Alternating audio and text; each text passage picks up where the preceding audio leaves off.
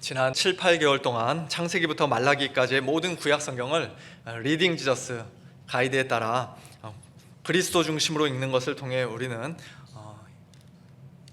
이 성경이 곧 내게 대하여 증언하는 것이니라, 또 모세의 율법과 선지자의 글과 시편에 나를 가리켜 기록된 모든 것이 이루어져야 하리라는 예수님의 말씀이 무슨 뜻인지 좀 더 분명하게 알 수 있게 되었습니다. 예수님은 신약성경 마태복음 1장에서 처음 등장하신 게 아니라 사실은 창세기 1장 천지창조 때부터, 아니 그 이전 영원 전부터 성부 하나님과 함께 계셨던 성자 하나님, 즉 말씀 로고스이시죠. 근본 하나님의 본체시요 참 하나님이시며 우리의 창조주이신 분이 우리 죄인들을 구원하시기 위해 특별히 고난받고 영광받을 것이라는 구약 성경의 수많은 예언과 약속을 성취하시기 위해 드디어 2000년 전 우리와 똑같은 사람이 되어 말씀이 육신이 되어 이 땅에 오셨던 것입니다. 그리고 그 모든 예언과 약속을 예수님은 실제로 다 성취하셨고 우리를 죄와 사망에서 단번에 건져내 주셨습니다. 한마디로 모든 성경의 주인공이 곧 예수님이시라는 것이에요. 그러므로 우리가 구약 성경을 무조건 많이 읽고 부지런히 연구하는 것이 중요한 게 아니라 그 안에서 예수님을 똑똑히 보고 예수님께 나아가는 것이 정말로 중요한 것입니다. 성경을 통해 예수님을 그처럼 인격적으로 만나고 예수님을 참되게 믿는 자들은 분명히 구원을 받고 영생을 얻습니다. 오늘날 많은 신학교에서 구약 성경을 가르치는 교수님들이 이와 같은 그리스도 중심의 성경 읽기를 은근히 무시하기도 하고 또는 노골적으로 아주 폄하하기도 하는데요. 그러나 그리스도 중심으로 구약 성경을 읽는다는 것은 단순히 성경 해석의 여러 방법들 중에 하나가 아니라 예수님께서 친히 가르쳐 주신 것이요 사도들의 성경 해석 방법이었으며 또한 우리의 영생과도 직결이 되는 너무나도 중요하고 올바른 방법인 줄로 믿습니다.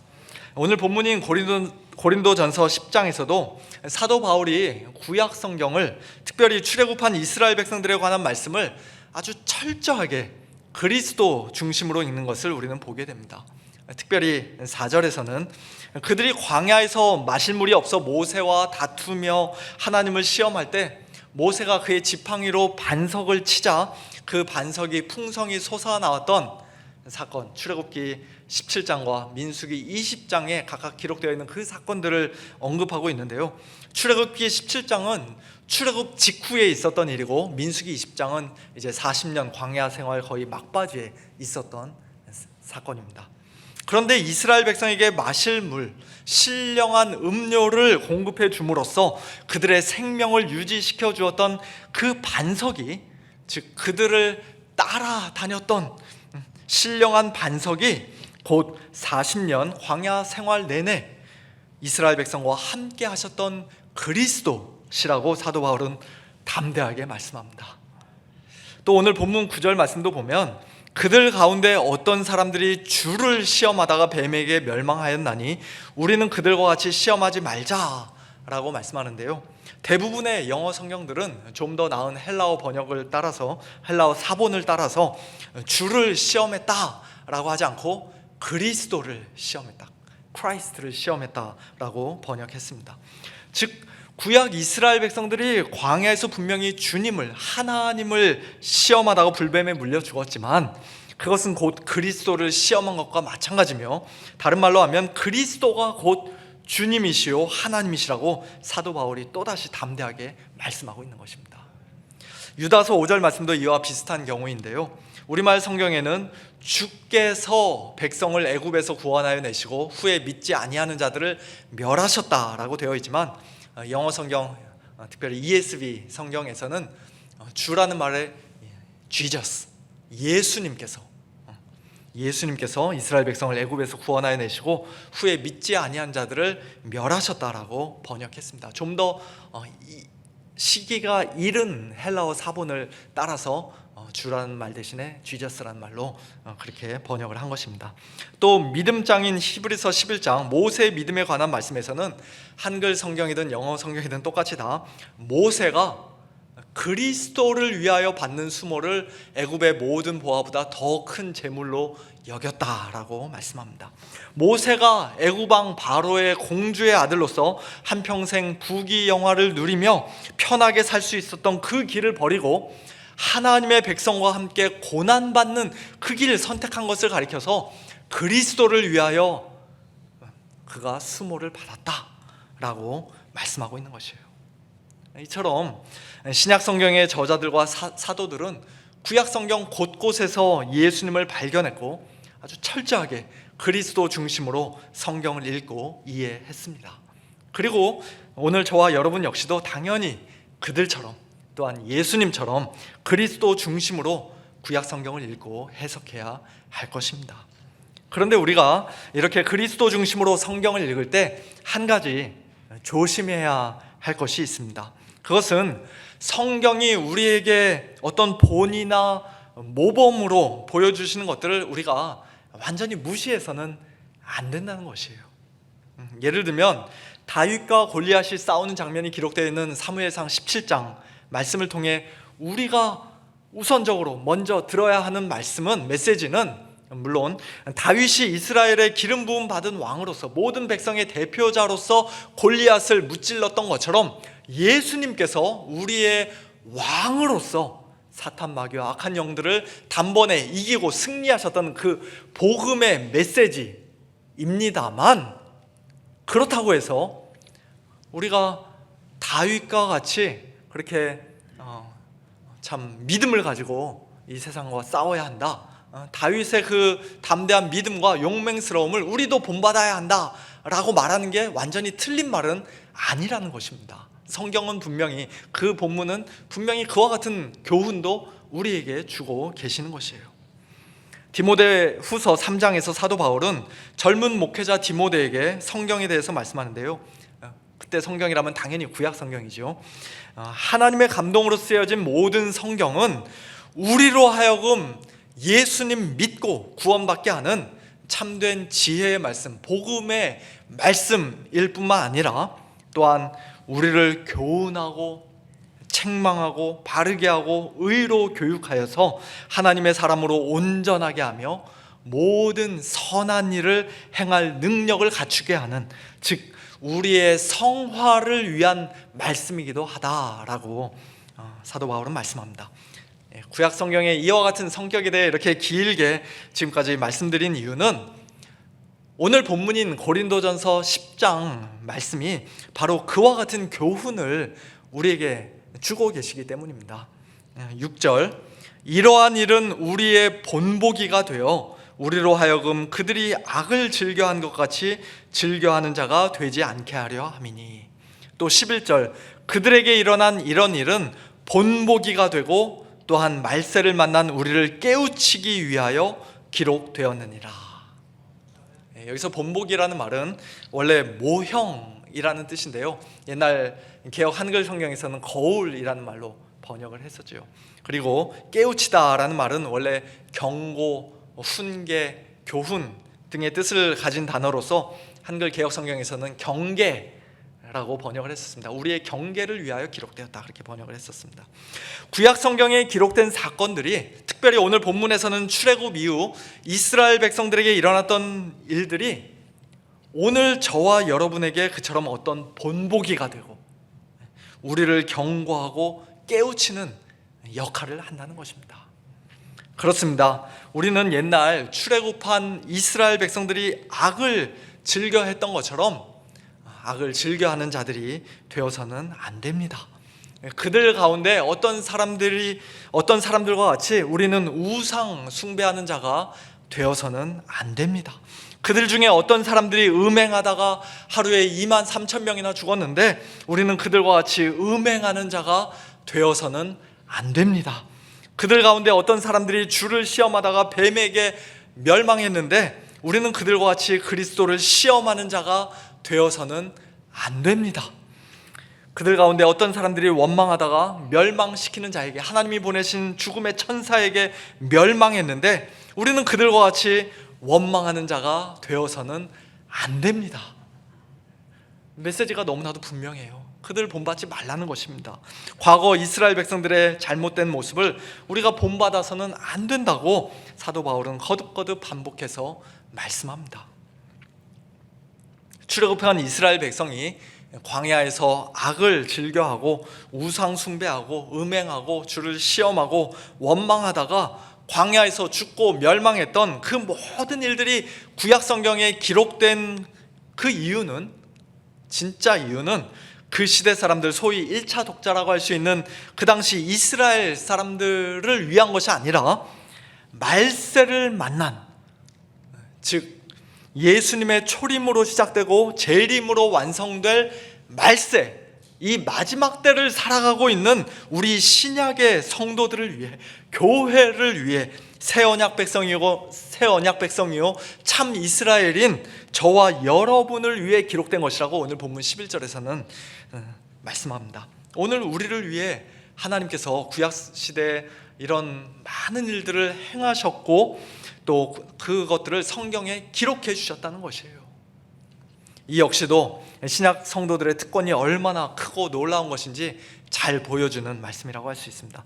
그러므로 우리는 과거 이스라엘 백성들의 실패와 넘어짐을 보면서, 그들의 온갖 죄악과 멸망을 보면서 오늘 우리를 향한 분명한 본보기와 거울로 삼아야 합니다. 그들과 똑같은 죄를 지으며 살다가는 우리 역시도 큰일 나겠구나, 하나님께서 그런 죄악들을 정말로 싫어하고 미워하시는구나, 그와 같은 경계와 훈계를 받고 깨우침을 얻어야 합니다.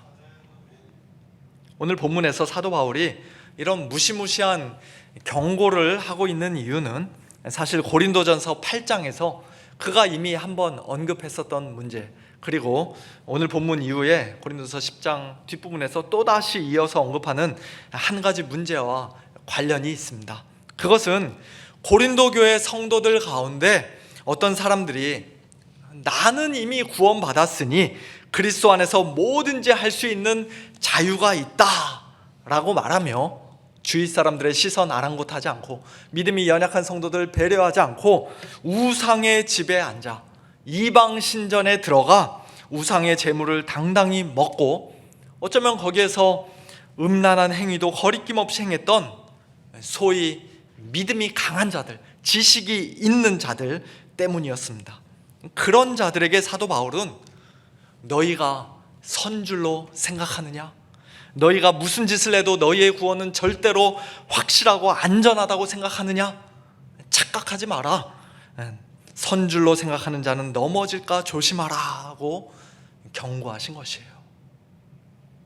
그러면서 옛날 광야에서 멸망한 이스라엘 백성들의 예를 들고 있는 것입니다. 1절부터 4절까지의 말씀을 제가 다시 한번 읽어보겠습니다. 형제들아, 나는 너희가 알지 못하기를 원하지 아니하노니, 너희가 정말 알기를 원한다는 말씀을 이렇게 한번 돌려서 말씀했는데요, 우리 조상들이 다 구름 아래에 있고 바다 가운데로 지나며 모세에게 속하여 다 구름과 바다에서 세례를 받고 다 같은 신령한 음식을 먹으며 다 같은 신령한 음료를 마셨으니 이는 그들을 따르는 신령한 반석으로부터 마셨음에 그 반석은 곧 그리스도시라. 출애굽한 이스라엘 백성이 하나님의 영광스러운 임재를 상징하고 성령을 상징하는 구름 기둥으로 인도하심을 받고 홍해 바다를 기적적으로 통과했던 그 사건을 가리켜서 그들이 모세에게 속하여 구름과 바다에서 세례를 받았다라고 말씀합니다. 또한 하늘에서 내리는 만나를 먹고 반석에서 나오는 물을 마신 것을 가리켜서 그들이 신령한 음식을 먹고 신령한 음료를 마셨다라고 말씀합니다. 구약 이스라엘 백성들도 신약의 성도들과 마찬가지로 어떤 면에서는 세례를 받고 성찬식에 참여하는 언약 백성으로서의 그 풍성한 특권을 누렸다는 것이에요. 몇몇 사람들만이 아니라 출애굽한 백성 모두가 다 그와 같은 특권을 똑같이 동일하게 누렸습니다. 우리 조상들이 다 구름 아래 있고 다 라는 말이 우리말 성경에는 생략되어 있지만 원래는 있습니다. 다 바다 가운데로 지나며 모세에게 속하여 다 구름과 바다에서 세례를 받고 다 똑같은 신령한 음식을 먹으며 다 똑같은 신령한 음료를 마셨다. 다 모두라는 말을 사도 바울이 여러 번 반복해서 말씀하죠. 그런데 언약 백성으로서의 그런 신령한 특권이 또는 쫙 갈라진 홍해 사이를 뚜벅뚜벅 두 발로 직접 걸어가고 하늘에서 매일같이 내리는 만나를 자기들 입으로 직접 먹었던 그와 같은 놀라운 영적 체험이 그들의 구원을 보증해 주지는 못했습니다. 5절 말씀처럼 그러나 그들의 다수를 하나님이 기뻐하지 않으셨기에 그들은 광야에서 멸망을 받았습니다. 그들 대다수를 하나님이 왜 기뻐하지 않으셨습니까? 우리가 이미 앞에서 살펴보았던 것처럼 그들이 악을 즐겨했기 때문이죠. 그 악의 구체적인 내용이 출애굽기와 민수기에 아주 자세하게 기록되어 있는데요, 그들은 시내 산에서부터 금송아지를 만들어 노골적으로 우상 숭배를 했고 모압 여자들과 더불어 음행하는 가운데 모압 신들에게 엎드려 절했습니다. 하나님이 정말 우리와 함께 하시는가, 이 광야에서 우리에게 음식과 물을 능히 공급해 주실 수 있는 그런 분인가? 그들은 끊임없는 불평과 불신앙과 의심과 탐욕으로 하나님을 10번이나 시험했고 하나님을 수도 없이 많이 원망했으며 모세와 아론을 사사건건 원망하고 돌로 쳐 죽이려고까지 했습니다. 사실 이스라엘 백성 모두가 다 그랬던 것은 아니에요. 오늘 본문에서도 계속 반복해서 말씀하시는 것처럼 그들 가운데 어떤 사람들, 일부의 사람들이 그랬습니다. 그리고 그들은 아까 유다서 5절에서 말씀하셨던 것처럼 믿지 아니하는 자들이요 참된 믿음이 없었던 사람들입니다. 그러나 하나님을 믿지 않고 악심을 품고 범죄한 그 일부의 사람들 때문에 어떤 사건이 터질 때마다 그들의 죄에 동조하고 그들과 함께 있었던 수천 명, 수만 명씩 같이 죽어나갔으며 하나님은 그들의 다수를 기뻐하지 않으셨고 결국 출애굽 1세대로서 처음 인구 조사할 때 20세 이상이었던 사람들은 여호수아와 갈렙 단 두 사람만을 제외하고는 모두가 다 약속의 땅 가나안에 들어가지 못했습니다. 가나안 땅에 들어가지 못한 사람들 중에 모세도 있었던 것을 생각해 볼 때 광야에서 죽었던 그 모든 사람들이 다 영적으로 구원받지 못하고 지옥에 갔다는 그런 뜻은 결코 아니라는 사실을 우리가 알 수 있습니다만, 어쨌든 간에 하나님께서 이스라엘 백성들의 그와 같은 죄악을 조금도 기뻐하지 않으셨다는 사실은 너무나도 분명합니다. 그리고 오늘 저와 여러분의 그와 같은 죄악 역시도 하나님께서 전혀 기뻐하지 않으신다는 사실 또한 너무나 분명합니다. 아니, 기뻐하지 않으시는 정도가 아니라 성경은 고린도전서 6장은 불의한 자가 하나님의 나라를 유업으로 받지 못한다고 단호하게 말씀합니다. 미혹을 받지 말라고 말씀하세요. 일찍이 세례받고 지금 꾸준히 성찬에 참여하고 있으면, 예수님 믿는다고 예전에 내가 입술로 한번 시인한 적이 있고 매주일 교회 잘 출석하고 있으면, 또는 과거에 어떤 엄청난 영적 체험을 한 일이 있으면 지금 무슨 짓을 해도 나의 구원은 절대로 확실하고 안전하다는 그런 식의 거짓말에 미혹되지 말라, 속지 말라고 말씀하는 것입니다.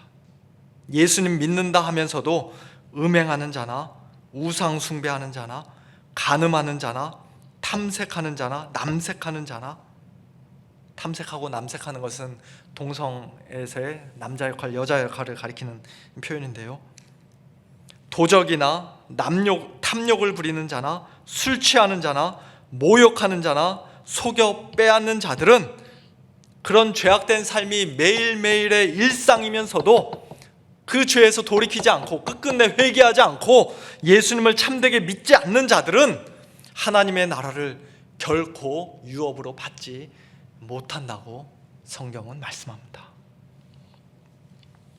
오늘 본문의 표현대로 하자면 악을 즐겨하거나 우상 숭배하거나 음행하거나 주를 시험하거나 원망하는 죄를 계속 범하면서도 자기들은 모세에게 속하여 이미 세례 받았으니까 40년 동안 하늘에서 매일같이 내리는 신령한 음식 날마다 먹고 반석에서 기적적으로 터져나오는 그 신령한 음료 마시니까 나는 아무 문제 없을 것이라고 안심하는 그런 자들은 결국 약속의 땅에 들어가지 못하고 광야에서 멸망을 받는 것입니다. 자기는 잘 서 있다고 생각했는데 넘어지고 마는 것이에요.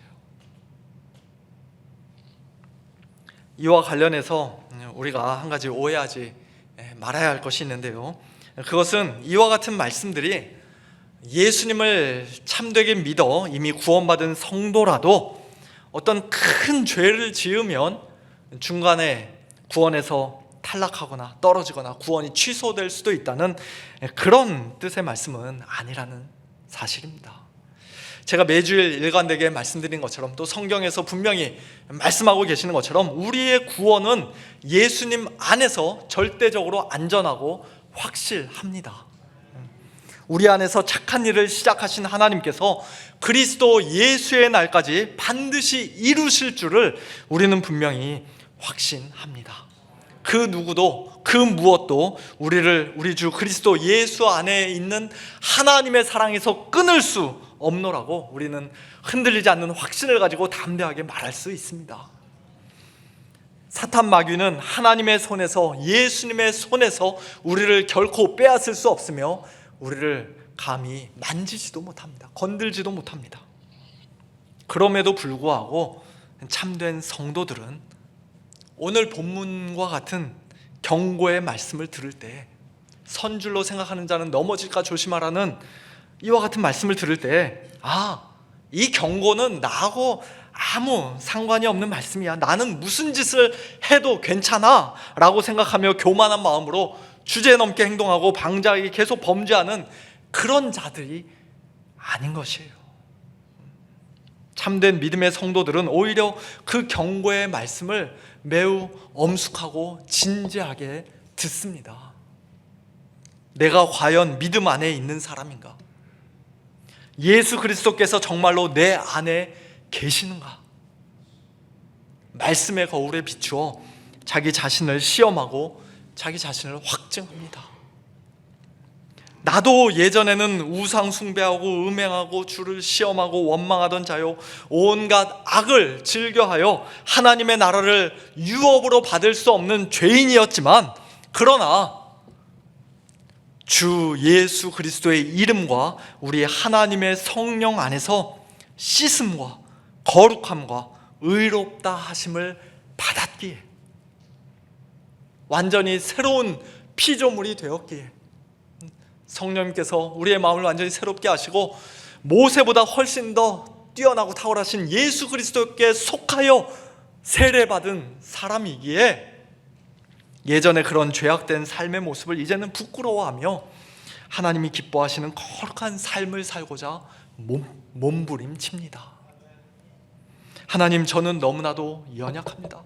홀로 두시면 저는 또다시 넘어질 수밖에 없는 사람입니다. 시험에 들게 하지 마옵시고 다만 악에서 구하옵소서. 하나님의 은혜를 구하며 날마다 기도합니다.